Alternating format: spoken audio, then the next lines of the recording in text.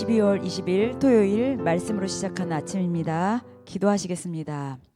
하나님 감사합니다. 오늘도 주님께서 허락하신 귀하고 복된 날입니다. 우리가 정말 주님의 그 온전한 안에서 우리가 연합하게 하였고, 오늘도 우리가 그 주님 안에서 감사하게 하였사오니 오늘도 기쁨과 확신으로 감사하며 살게 하여 주시옵소서. 허락하신 날 감사드렸고 예수님의 이름으로 기도드립니다. 아멘. 자, 오늘 요한계시록 21장 1절로부터 8절까지입니다. 또 내가 새 하늘과 새 땅을 보니 처음 하늘과 처음 땅이 없어졌고 바다도 다시 있지 않더라. 또 내가 보매 거룩한 성 새 예루살렘이 하나님께로부터 하늘에서 내려오니 그 준비한 것이 신부가 남편을 위하여 단정한 것 같더라.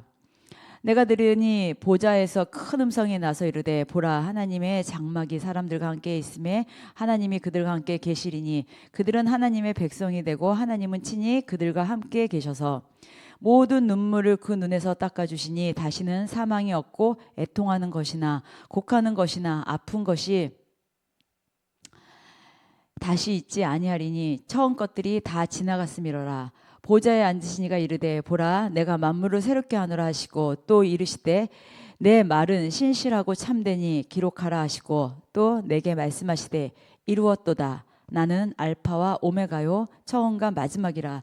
내가 생명수 샘물을 목마른 자에게 값없이 주리니 이기는 자는 이것을 상속으로 받으리라. 나는 그의 하나님이 되고 그는 내 아들이 되리라. 그러나 두려워하는 자들과 믿지 아니하는 자들과 흉악한 자들과 살인자들과 음행하는 자들과 점술가들과 우상숭배자들과 거짓말하는 모든 자들은 불과 유황으로 타는 못에 던져지리니 이것이 둘째 사망이라. 아멘. 오늘 제목은 새 창조의 은혜입니다. 새 창조. 자, 이제는 새 하늘과 새 땅이 1절에 나오죠. 여기 보면 이제 분리의 구조가 사라진 세계인데요.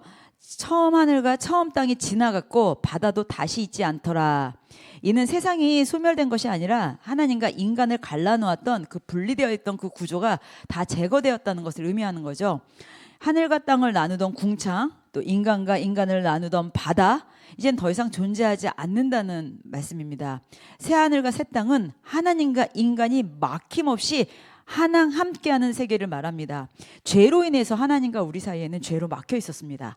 자, 그런데 그 초림하신 예수님께서 어떻게 하셨습니까?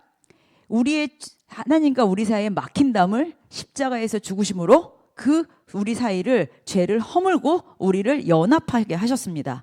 자, 이제 재림의 때에는 어떻게 되는 것입니까? 이제는 하나님과 인간 사이에는 아무것도 막힌 것이 없고 함께하는 세계를 말합니다. 또 2절에 보면 새 예루살렘에 대해서 나오죠. 자, 거룩한 성 새 예루살렘이 하늘에서 내려오니 신부가 남편을 위하여 단장하는 것 같더라. 자, 여기 새 예루살렘은 어떤 건물 또 도시 이런 것이 아니라 어린 양의 신부, 그러니까 성도의 완성된 모습입니다. 그러니까 이 성은 어떤 장소적 개념, 공간적 개념이 아니라 관계의 완성을 보여주죠. 신부는 이미 준비되었고 이제 신랑을 향해서 내려오는 것이죠. 자, 3절에 보면 하나님의 장막이 나옵니다. 하나님의 장막이 사람들과 함께 있음에 하나님은 더 이상 멀리 계신 분이 아니라 함께 거하시는 분이시죠. 이것이 이제 창세기부터 계시록까지 이어진 하나님의 최종 목적이기도 합니다. 4절에는 고통의 완전한 종말, 드디어 관계 회복의 결과가 어떻게 돼요? 고통이 완전히 종말되는 것입니다. 이제 눈물도 사망도 애통도 곡함도 아픔도 어떤 슬픔도 모두 사라지고 이제는 이제 모든 환경이 좋아져서가 아니라 하나님과의 거리가 완전히 사라졌기 때문에 이제는 고통의 근원 원인은 이제 상황이 아니라 단절된 관계가 되는 거예요. 예전에는 우리가 죄 때문에 하나님과 우리 사이가 단절됐어요. 그래서 예수 그리스도로 인해서 십자가의 구원으로 우리가 막힌 담이 헐어졌죠.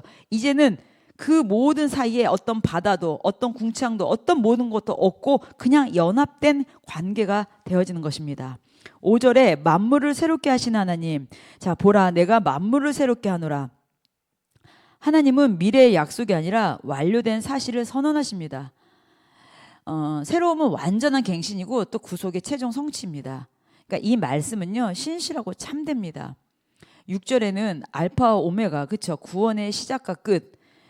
하나님은요, 처음과 마지막이시고 모든 역사의 주관자이십니다. 그러니까는요, 모든 말씀을 계획하신 이도 성취하신 이도 수치인도 모든 분은 동일하신 분입니다. 생명수 샘물을 값없이 주시고요. 구원은 어떤 공로의 결과가 아니라 전적인 값없이 주신 은혜의 선물입니다. 자, 7절에 이기는 자가 나옵니다. 신부의 상속자죠. 이기는 자는 완벽한 사람이 아니라 예수님의 승리를 상속받은 자입니다. 하나님은 그에게 하나님이 되시고 또 그는 하나님의 자녀가 되는데 최고의 승리는 세상에서 성공하는 것이 아니라 하나님의 가족이 되는 것입니다. 8절에는 여기 둘째 사망에 이르는 자, 신뢰의 대상이 만든 결과예요. 여기 열거된 모든 죄의 뿌리는 하나입니다. 하나님을 믿지 않는 죄이죠. 두려움은 하나님보다 상황을 더 신뢰하는 태도이기 때문에 그것은 죄로 언급됩니다.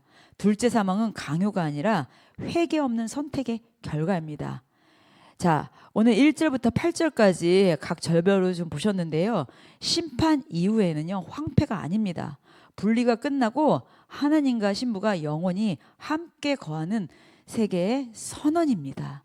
오늘 말씀 기억하시고 우리가 하나님과 함께하는 새 창조, 그 새 창조의 은혜를 마음껏 누리시기를 예수님의 이름으로 축복합니다. 기도하시겠습니다.